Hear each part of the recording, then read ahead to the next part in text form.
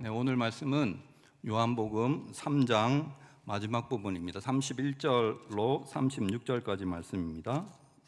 요한복음 3장 31절로 36절까지 말씀입니다. 바로 지금이라는 제목으로 은혜를 함께 나누고자 합니다.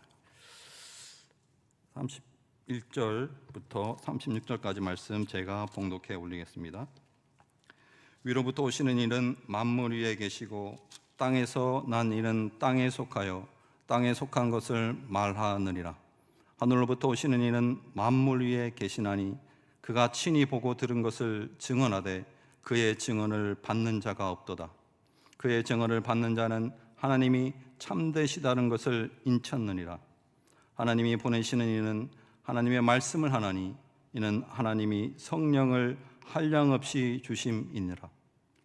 아버지께서 아들을 사랑하사 만물을 다 그의 손에 주셨으니 아들을 믿는 자에게는 영생이 있고 아들에게 순종하지 아니하는 자는 영생을 보지 못하고 도리어 하나님의 진노가 그 위에 머물러 있느니라. 아멘.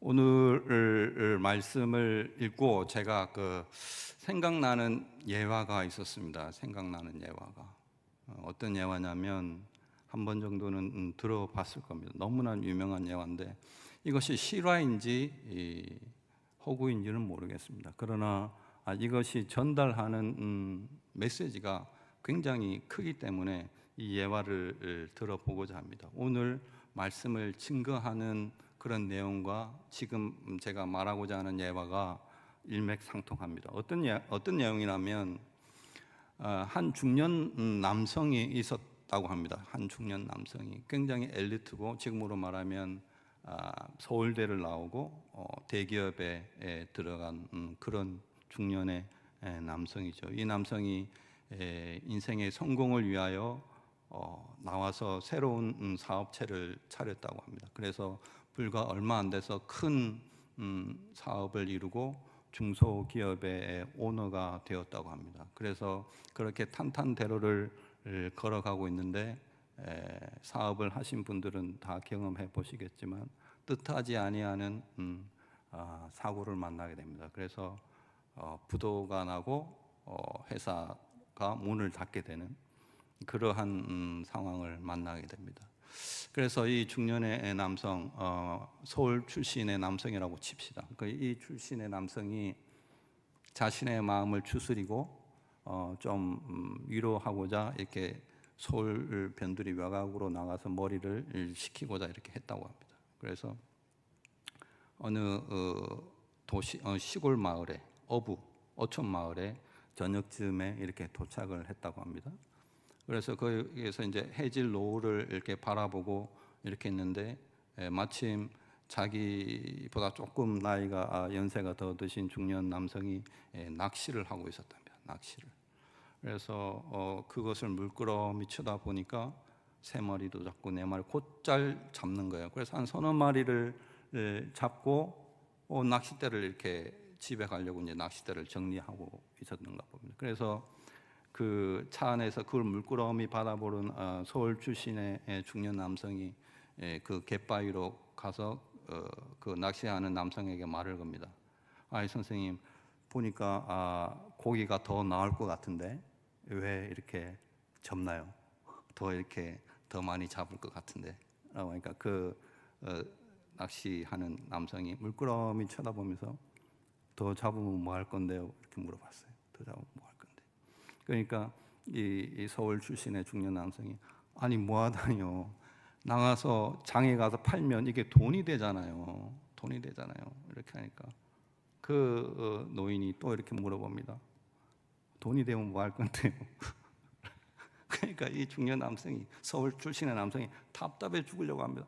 아니 돈이 되면 공장을 지어서 캔도 만들고 동원 참치 그런 거 수출도 하고 그렇게 하면 성공을 하잖아요. 성공을. 그러니까 그 나이가 지긋한 노인이 또 물어봅니다. 성공하면 뭐 할 건데요? 아이고 답답. 성공을 하면 지금처럼 이렇게 해가 뉘우뉘우 질 때 가족들하고 모여서 식사도 하고 친구들도 불러서 이렇게 즐거운 시간을, 인생의 여유를 가질 거 아닙니까? 라고 물어봤더니 그 남성이 픽 웃으면서 내가 지금 그걸 하고 있잖아요. 내가 이 말을, 이런 예화가 있었어요.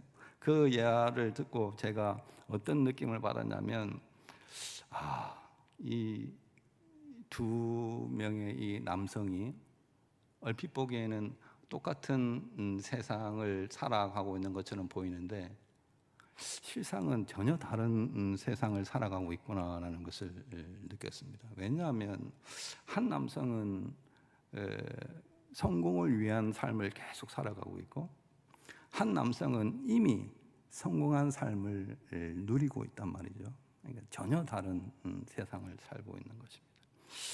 그래서 이것을 우리 신앙으로, 우리의 삶 속으로 이렇게 가져와 보면 우리에 있어서 인생의 성공이 뭔가 이렇게 한번 생각을 해봤습니다. 우리에 있어서 인생의 성공이 뭔가? 당연하죠. 성공이 뭐냐면 영생을 얻는 것이 우리의 인생의 목표죠. 여기에 그 누가 토를 달 수가 없습니다. 우리의 인생의 성공은 영생에 있습니다. 구원에 있단 말이죠. 그래서 이런 질문이 생각났어요. 그러면 우리는 영생을 위해서 사는가? 아니면 이미 영생을 누리면서 사는가? 이 문제에 부딪히게 됩니다. 무슨 말인지 잘 아시겠죠? 다시, 우리는 영생을 위해서 사는가? 아니면 이미 영생을 누리면서 사는가? 전혀 다른 세계입니다. 말씀드리면 우리는 영생의 극치를 위해서, 지금의 영생을 누리면서 사는 자들입니다. 지금의 영생을 누리면서.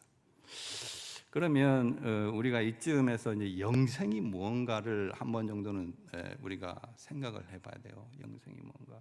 주일학교 학생들한테 물어보면 영생이 뭐냐라고 이렇게 물어보면 아주 목소리가 동일합니다. 뭐냐면 죽어서 천국 가는 것을 영생이라고 생각합니다.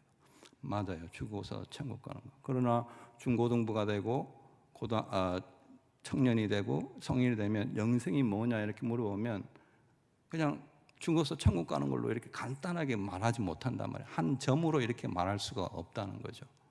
한 점으로. 만약에 그 죽어서 천국 가는 것, 그러한 개념으로 영생을 이해한다면 어떠한 오류에 빠지기 쉽냐면 이런 오류에 빠지기 쉽습니다. 이미 우리가 예수의 이름으로 천국 가는 티켓을 받았기 때문에 이제 우리가 이 땅에서 살면서 무엇을 할 것인가? 이제 우리는 이 땅에서 살면서 성공하는 것밖에 남지 않았다.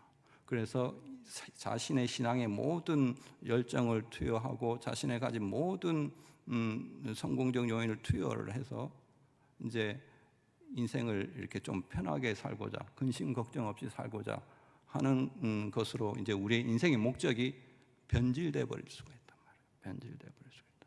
그래서 이 영생을 어떻게 성도님들한테 이렇게 설명을 할까?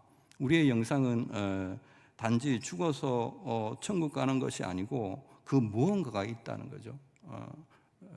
그러니까 현실에 있어서 영생을 어떻게 살아낼 것인가라는 문제가 남아있는 것입니다. 만약에 우리가 영생을 죽어서 천국에 가는 것으로 목적을 삼고 이 땅에서 모든 노력을 기울여서 성공하고자 한다면, 거기에다가 예수 그리스도의 이름을 끌어 쓰고자 한다면 우리하고 예수 그리스도의 관계는 보상적 관계로 변질돼 버립니다.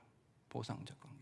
내가 이러이러한 노력을 했기 때문에 예수 그리스도께서는, 하나님께서는 이러이러한 보상을 해 주셔야 됩니다 라는 관계로 전락이 돼 버립니다. 그러면 이러한 관계를 예수 그리스도께서는 뭐라고 말하는가? 이렇게 생각하고 있는 사람들에게 예수 그리스도는 뭐라고 말하는가? 오늘 본문에서는 예수 그리스도는 그러한 자들은 내 말이, 복음이 뭔지 모른다라고 이렇게 말합니다. 32절인데요. 32절에 이렇게 되어 있습니다. 그가 친히 보고 들은 것을 증언하되 그의 증언을 받는 자가 없도다. 그가 누구냐면 예수 그리스도죠. 예수 그리스도가 지금 보고 들은 것을 증언하고 있습니다. 뭘 증언하나요? 영생, 하나님의 나라, 천국에 대해서 증언을 하고 있는데 증언을 받는 자가 없다고 그럽니다. 받는 자가. 문맥을 보면 이것은 말이 안 되는 소리입니다. 왜냐하면 지금 어떤 상황이냐면 수많은 무리들이 예수님을 쫓아다니고 있어요. 세례 요한의 제자들도 세례 요한을 버리고 예수님께로 쫓아가는 그런 상황입니다. 많은 무리들이 예수님을 쫓아갑니다. 왜 예수님을 쫓아갈까요? 왜? 당연히 그들이 구할 것을 얻고자 합니다. 구할 것을 얻고자. 그들 앞에 예수님은 뭘 말했을까요? 당연히 하나님 나라에 대해서 말을 했겠죠. 그러나 수많은 무리들을 보고 예수님은 그가 나의 증언을 받지 않는다라고 이렇게 말합니다. 놀라운 거예요. 놀라운 거예요. 그러면 그들은 왜 예수님을 쫓아다니는가? 왜 예수님을 쫓아다니는가? 그들은 예수께서 하늘로부터 오신 분임을 알고 있으면, 당연히 예수님께서 하늘에 있는 것을 말하는 분임을 알고 있으면 그것을 구해야 돼요. 그것을. 그러나 그들이 구하는 것은 이 땅에서 필요한 것들을 구한단 말이죠. 이 땅에서 필요한 것들. 그래서 예수님은 그 수많은 무리들을 보고 그들은 내 증언을 받지 못한다라고 말합니다. 굉장히 심각하게 말을 하면 수많은 무리들이 예수를 쫓지만 그 무리들이 결국은 예수를 버리고 갈 것이다 라는 것이 깔려져 있습니다. 깔려져 있어요. 이것은 역사적으로 증명이 된 겁니다. 예수님께서 예루살렘에 입성할 때 수많은 무리들이 호산나 호산나 외치면서 다윗의 자손이여 우리를 구원하소서, 우리를 도와주세요, 이렇게 외쳤던 무리들의 수많은 무리들이. 그러나 그 똑같은 입술이 뭐라고 그러냐면 자신의 필요와 자신의 만족이 채워지지 않으니까 십자가에 못 박으소서라고 변해버립니다. 없이 하소서라고 변해버립니다. 똑같은 사람들입니다.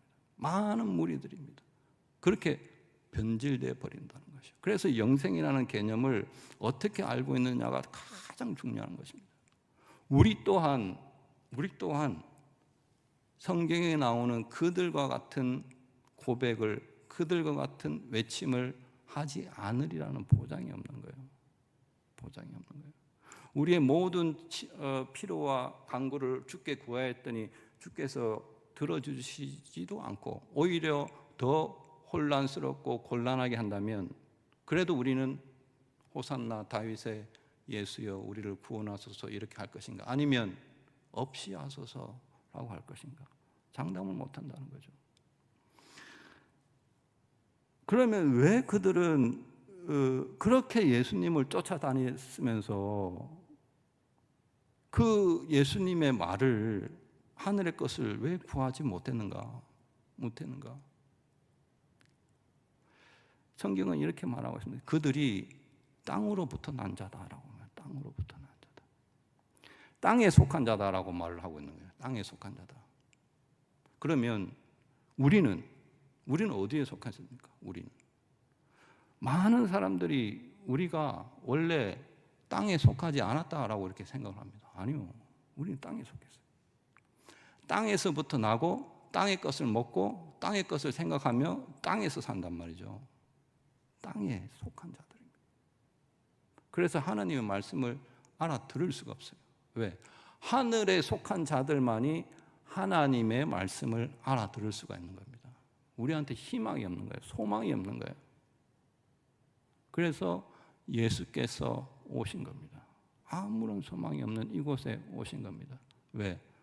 우리로 하여금 땅에 속한 자가 하늘에 속한 자로 거듭나게 하기 위해서 오셨다는 거예요.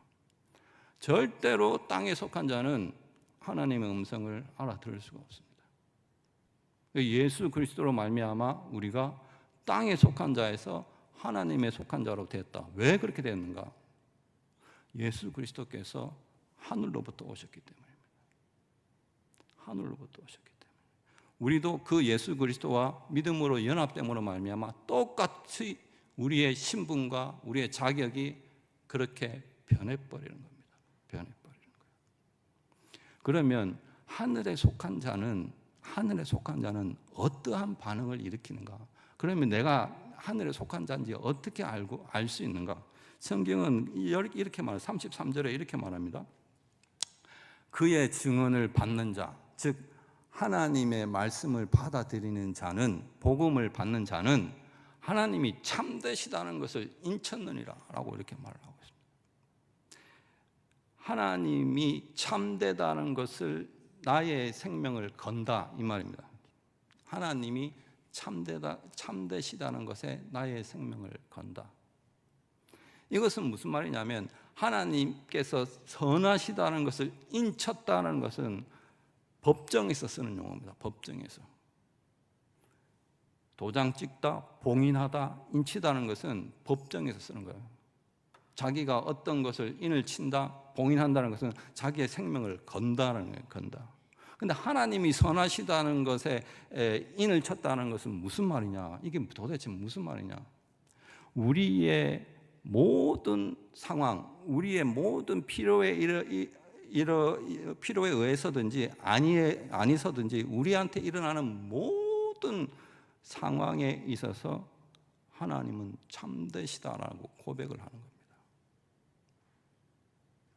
잘 이해가 안 되시죠? 그래서 제가 예화를 하나 준비했습니다. 이거는 어떤 예화를 하면 이해가 될까? 그래서 여러분들도 잘 알고 저도 잘 아는 예화입니다. 그 우리나라 교계의 대표 어른 중에 손양원 목사님이 계십니다. 손양원 목사님. 그분은 성경에서 나오는 나병 환자, 문둥병, 지금으로 말하면 한센병이죠. 그 환자들을 섬기기 위해서 전남 여수의 애양원이라는 곳에서 섬겨서 평생을 거기서 일을 했습니다. 애양원에서. 지금도 그 애양원에 가면 손양원 목사님을 기리기 위한 유품을 이렇게 전시해 놓은 곳이 있어요. 전시해 놓은 곳. 그 유품 전시를 보면 그 뭘 발견할 수 있냐면 이렇게 봉투가 있어요. 봉투. 감사 헌금 봉투예요. 그 봉투에 이름이 어떻게 적혔냐면 두 아들을 순교하게 해 주셔서 감사합니다. 1만 원 손양원 이렇게 돼 있어요. 두 아들이 순교하게 해 주심을 감사합니다. 1만 원 손양원. 1만 원은 지금의 1만 원이 아닙니다. 왜냐하면 그때 당시에 손양원 목사님이 받았던 사례비가 월 80원이었어요. 80원. 1년 내내 모아도 1,000원이 안 되는 돈이란 말이죠. 근데 1만 원을 감사 헌금을 했다라면 10년 동안 한 푼도 안 쓰고 꼬박 모아야 1만 원이 되는 겁니다. 1만 원은 손양원 목사님의 전 재산이에요. 전 재산. 두 아들을 잃었는데 전 재산을 하나님 앞에 드렸습니다. 예배를 드리고 있는데 누군가가 와서 자신의 아들 동인과 동신 두 아들이 북한 공산당 청년에게 총으로 맞아서 그 자리에서 죽었다라는 소리를 예배 도중에 듣습니다. 그 목사님은 그럼에도 불구하고 예배를 하나님 앞에 온전히 드리고 내려와서 이러한 기도를 하나님 앞에 드립니다. 너무 중요한 기도이기 때문에 제가 읽어드리겠습니다. 하나님, 뜻이 계셔서 제 두 아들을 불러 가신 것으로 믿고 감사합니다. 하나님, 제 두 아들을 죽인 사람, 그의 생명을 보존해 주십시오. 제가 전도하겠습니다.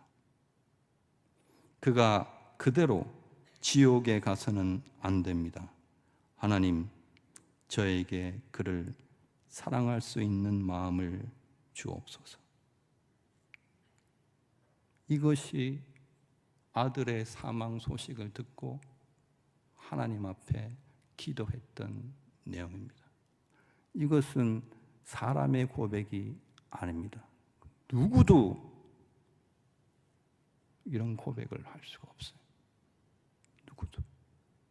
이것은 성령 하나님께서 하지 아니하면 나올 수 없는 신앙 고백입니다.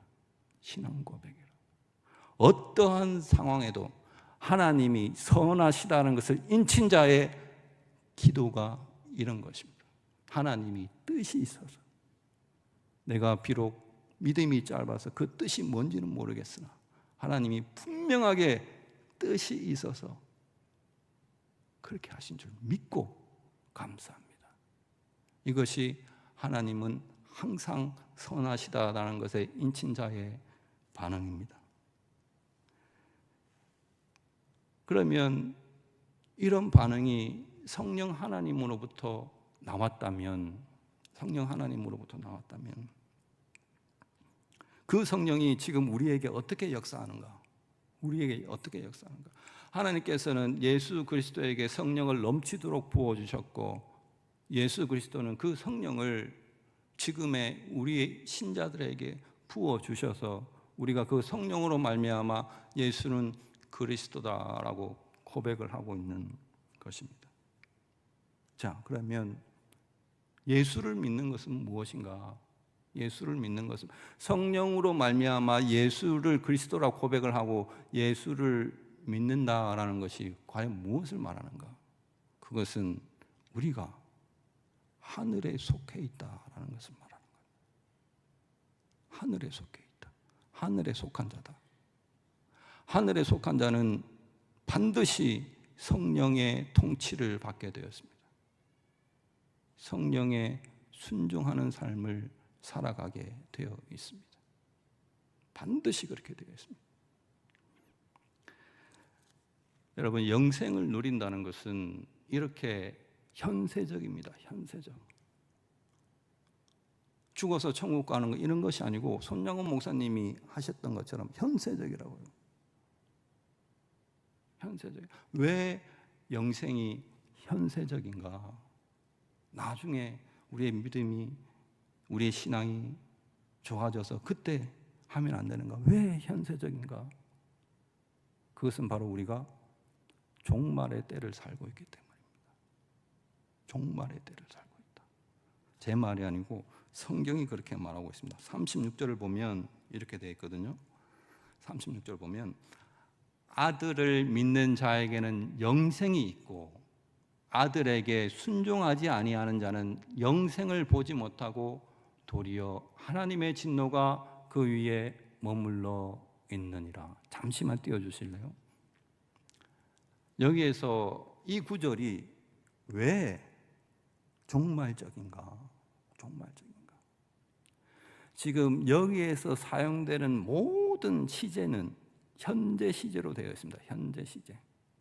아들을 믿는 지금, 너희에게 영생이 지금 있는 것이고 순종하지 아니하는 그러한 자는 지금 진노가 머물러 있는 것이다.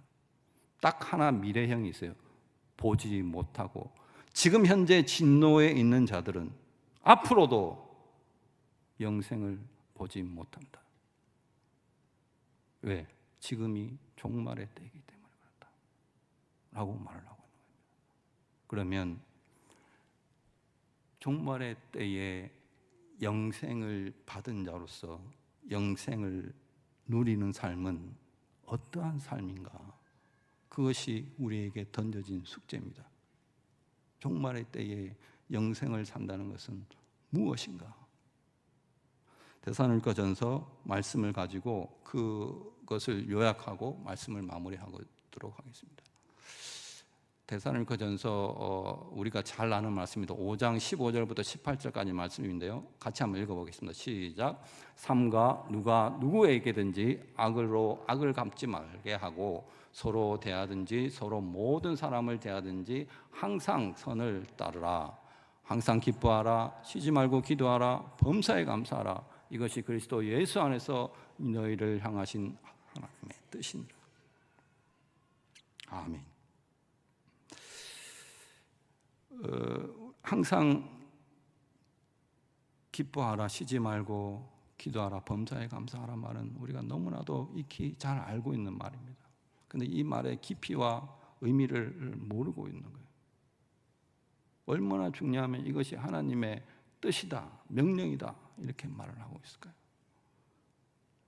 이 구절에서 가장 선행되는 구절은, 전제되는 구절은 15절 구절입니다.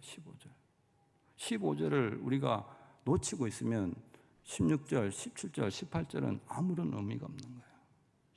15절은 무슨 말이냐면 악으로 악을 갚지 말고 선으로 해라, 선을 행하라라는 것입니다. 착하게 살아라, 반듯하게 살아라, 이것을 말하는 거죠. 악으로 악을 갚지 마라. 악에서 악으로 갚으려면 어떻게 되는 거예요? 더 악한 놈이 돼야 돼요. 더 악한 놈. 차 사고 나서 목소리 큰 사람이 이기듯이 악한 사람을 이기려면 더 악하게 돼야 돼요. 하나님은 그러면 악으로 악을 갚지 말고 선을 해가라는 것은 항상 절하는 이 말인가? 아니에요. 그런 말이 어디 있어요? 항상 선을 행하라는 것은 항상 하나님 편에 서 있어라. 하나님 편에. 무엇을 생각하든지, 무엇을 말하든지, 무엇을 행하든지 그것이 하나님 편에 선 자의 말이냐, 하나님 선에 선 자의 생각이냐, 행동이냐, 삶이냐를 갖다가 하나님께서 묻고 있는 것입니다. 항상 하나님 편에 서라는 거예요. 거짓말하고 안 하고 그런 문제가 아니에요. 항상 하나님 편에 서 있어라. 그러한 자에게 나타나는 반응이 아래의 세 가지 반응입니다. 첫 번째가 뭡니까? 항상 기뻐하라. 이 항상 기뻐하라는 것은 우리의 상황과 조건에 따라서 기뻐하고 말고 이런 것이 아니고 원초적 기쁨을 말하는 겁니다. 원초적 기쁨. 하늘에 있는 자로서, 예수 안에 있는 자로서의 그러한 자들만 누릴 수 있는 그런 기쁨을 말하는 겁니다. 그것이 어떻게 나타나느냐? 얼굴에 미소로 나타납니다. 삶의 미소.